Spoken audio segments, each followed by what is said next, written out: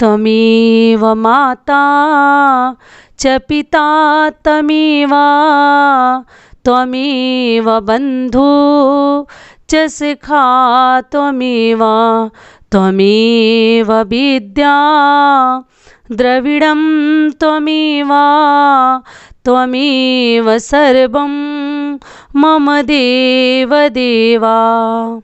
नमस्कार दोस्तों, मैं हूं ममता तिवारी और आप सभी का स्वागत करती हूं मेरे चैनल ममताज वे में।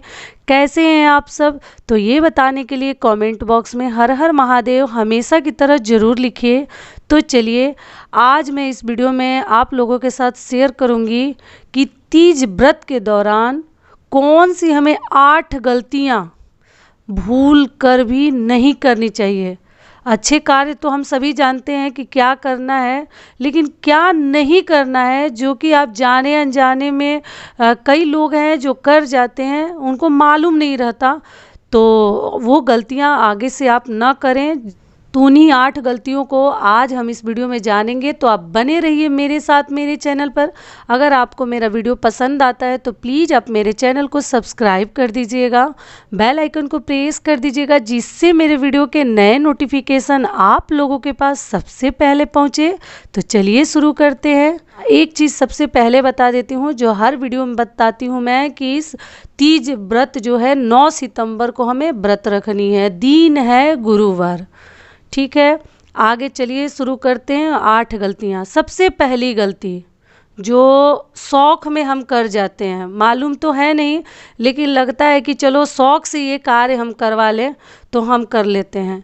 सबसे पहली गलती है कि तीज में या करवा चौथ में या कभी भी अपने पति के हाथों से सिंदूर दोबारा अपने मांग में मत भरवाइए।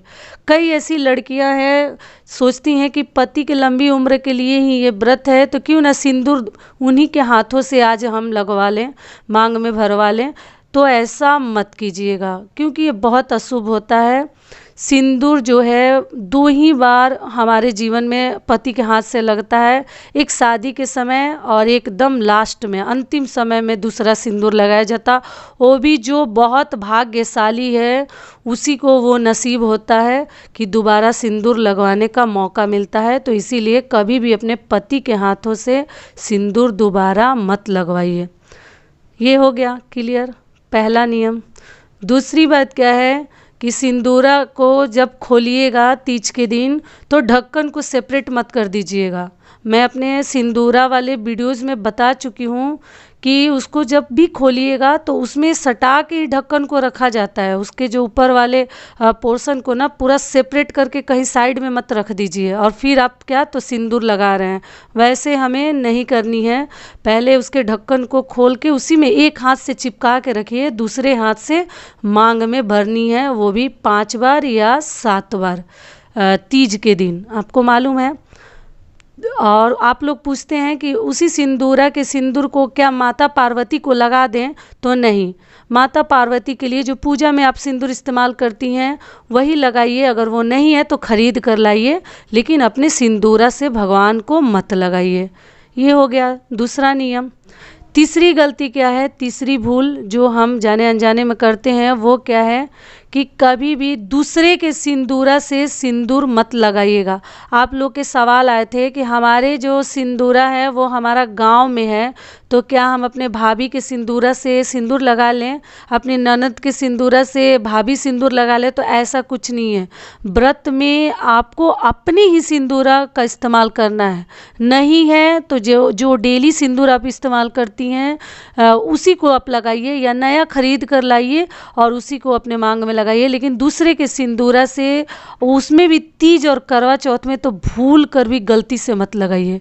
ऐसे वैसे दिन अगर गलती हो भी जाए तो चलेगा, लेकिन तीज के व्रत में और करवा चौथ में तो कभी भूल कर भी दूसरे के सिंदूरा का इस्तेमाल हमें नहीं करनी चाहिए, क्योंकि उस आदमी के लिए भी अशुभ होगा और आपके लिए तो जो होगा सो होगा ही। तो ये हो गई हमारी तीसरी भूल। तो आप आगे से ध्यान रखिएगा, दूसरे का मत लीजिएगा। चौथी गलती क्या है कि आप लोग बोल रहे थे कि आर्टिफिशियल गहना हम पहन लें, तो ठीक है पहन सकते हैं, आजकल सभी पहन रहे हैं, पहनना भी चाहिए। लेकिन जो है ना, मांग टीका अगले साल से अपने पास आप रखिएगा। टीका भी सुहाग का निशानी है, आप लोग को मालूम है ना। क्योंकि जो आर्टिफिशियल है वो तो हम कभी भी पहनते हैं, शादी से पहले भी पहनते हैं, लेकिन शादी के बाद ही हम गोल्ड वाला पहनते हैं। तो इसलिए जितना ज़रूरी है सुहाग के व्रत में मंगलसूत्र, उतना ही अधिक ज़रूरी कहीं हमारे लिए मांग टीका भी है। तो अगर नहीं है आपके पास तो अपने पास कम से कम ये 2 ज्वेलरी तो ज़रूर रखिएगा और एक रिंग, तो टीका ला कर रखिएगा। और एक चीज़ और बता देती हूँ कि अपना ज्वेलरी भी किसी के साथ शेयर मत कीजिए। पायल, बिछुआ, ये मांग टीका चलो आप पहन लो चाहे आप ले लो, इस प्रकार से शेयर नहीं करनी चाहिए। व्रत के दिन तो और मत कीजिए। तो ये हो गई हमारी चौथी गलती कि हमें नहीं करनी है। पांचवी गलती हमारी क्या है कि आप देखिएगा तीज त्योहार के दिन या किसी भी व्रत के दिन, जिस दिन आप व्रत हैं, उपवास हैं, आपके हाथों से कोई जीव जंतु का भला हो, बुरा ना हो, मतलब ऐसा ना हो कि आपके हाथों से मर जाए, कुछ पाप हो जाए, तो उस प्रकार से थोड़ा सा बच के रहिए। इसीलिए कार्य वगैरह उस दिन ज़्यादा नहीं करते हैं, थोड़ा काम कम कीजिए, क्योंकि काम कीजिएगा तो हाथों से कुछ ना कुछ चींटी वगैरह, कोई ना कोई कीड़ा मकोड़ा तो मर ही जाते हैं। तो थोड़ा सा उस दिन काम कम कीजिए, रेस्ट लीजिए, जो ही करना है कीजिए, भगवान का नाम लीजिए, कीर्तन भजन कीजिए, लेकिन थोड़ा काम कम कीजिए कि आपके हाथों से कोई पाप ना हो। तो ये हो गया हमारा पांचवा नियम। छठा नियम क्या है कि आप देखिएगा कि उस दिन आपसे किसी का अपमान मत हो जाए। ये ना किसी बड़ों से आपके मुंह से कुछ गलत निकल जाए, या आप जाने अनजाने में, मान लीजिए आपके दरवाजे पे कोई भिखारी आता है, तो ऐसा नहीं है कि रोज़ देते हैं और उस दिन हम ऐसे ही उसको भेज दिए। तो वैसे व्रत वगैरह में तो पहले दान देनी चाहिए, क्योंकि आपको मालूम ही होगा कि नारायण भी आ सकते हैं भिखारी के रूप में, हमारा परीक्षा लेने के लिए भगवान भी आते हैं। तो इसलिए उस दिन कभी अपने दरवाजे से भिखारी को वापस ना भेजें। जो ही आपके पास है जरूर दे दीजिए। व्रत में तो और देनी चाहिए, और सुहाग के व्रत में तो अगर कोई आता है कुछ मांगता है तो आपको जरूर दे देनी चाहिए। तो ये हो गया हमारा छठा नियम। सातवां नियम क्या है कि आपको कभी किसी दूसरे के घर का अनाज खाकर पारण नहीं करनी चाहिए। ऐसा ना हो कि आज हम थक गए हैं, बीमार हैं, व्रत किए थे, हमसे उठा नहीं जा रहा है, हमें चक्कर आ रहा है, तो चलो पड़ोसी कुछ बना कर दे जाए और वही हम पारण कर लिए। कभी कभी पड़ोसी भी हेल्प कर देते हैं कि आपसे नहीं हो रहा है तो रुकिए, हम बनाकर आपको लाकर ये चीज़ दे देते हैं, आप खा लीजिए। तो आप भले ही अपने घर का शक्कर ही खा लीजिए, पानी पी लीजिए, रेस्ट ले लीजिए, लेकिन कभी भी अपने पड़ोसी का या किसी भी रिश्तेदार का, मतलब दूसरे के घर का अनाज खाकर आपको अपनी व्रत नहीं खोलनी है, जिससे कि आपको व्रत का संपूर्ण लाभ नहीं मिलेगा। जब हम बहुत अधिक बीमार हो जाते हैं, छठ वगैरह करते हैं, तो आस पास के लोग आते हैं कि हम हेल्प कर देते हैं, हम बनाकर पारण दे जाते हैं, ऐसे करते हैं, वो करते हैं, लेकिन हमें नहीं करनी चाहिए। अपने घर के खुद की चीज़ें हमें खाकर व्रत खोलनी चाहिए और पारण करनी चाहिए। तो ये हो गया हमारा सातवां नियम। आठवां नियम क्या है? आठवां नियम है कि आपको कभी उस दिन किसी की निंदा नहीं करनी चाहिए।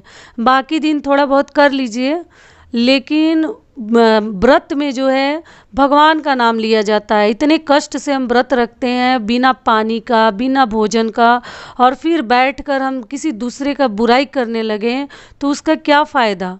कुछ फ़ायदा नहीं मिलेगा आपको। कभी उस दिन किसी का निंदा मत कीजिए, भगवान का नाम लीजिए, भजन कीर्तन कीजिए, और किसी से झूठ मत बोलिए। झूठ नहीं बोलनी है आपको। और एक चीज़ और ध्यान रखिएगा कि आप कभी भी काला कपड़ा, सफ़ेद कपड़ा, काली चूड़ियाँ, सफ़ेद चूड़ी, काली चूड़ियाँ, इन सभी चीज़ों का आपको परहेज करनी चाहिए। गलती से भी इस कलर का आप कुछ भी मत खरीदिए। ऐसे आपको, आपकी मर्जी है, जो आपको अच्छा लगता है वो कीजिए, लेकिन व्रत त्यौहार में सभी रंगों से थोड़ा सा दूरी बनाकर रखनी चाहिए। कभी मत पहनिए कोई भी चीज़ हो, थोड़ा सा ही उसमें काला क्यों ना हो, थोड़ा सा ही सफ़ेद क्यों ना हो, व्रत में बिल्कुल मत पहनिएगा। और आपको इन सभी 8 बातों को गांठ बांधकर ध्यान से आपको व्रत करनी है। अपने व्रत को आप अच्छे से संपूर्ण कीजिए। हमारी भी यही भगवान से कृपा है कि सबका व्रत, तीज व्रत जो है एकदम अच्छे से संपूर्ण हो जाए। तो यही हमारे कुल 8 नियम थे, जो गलतियां थी जो आपको नहीं करनी है। तो आशा करती हूँ, उम्मीद करती हूँ कि इस वीडियो से आप लोगों को थोड़ा सा लाभ मिलेगा।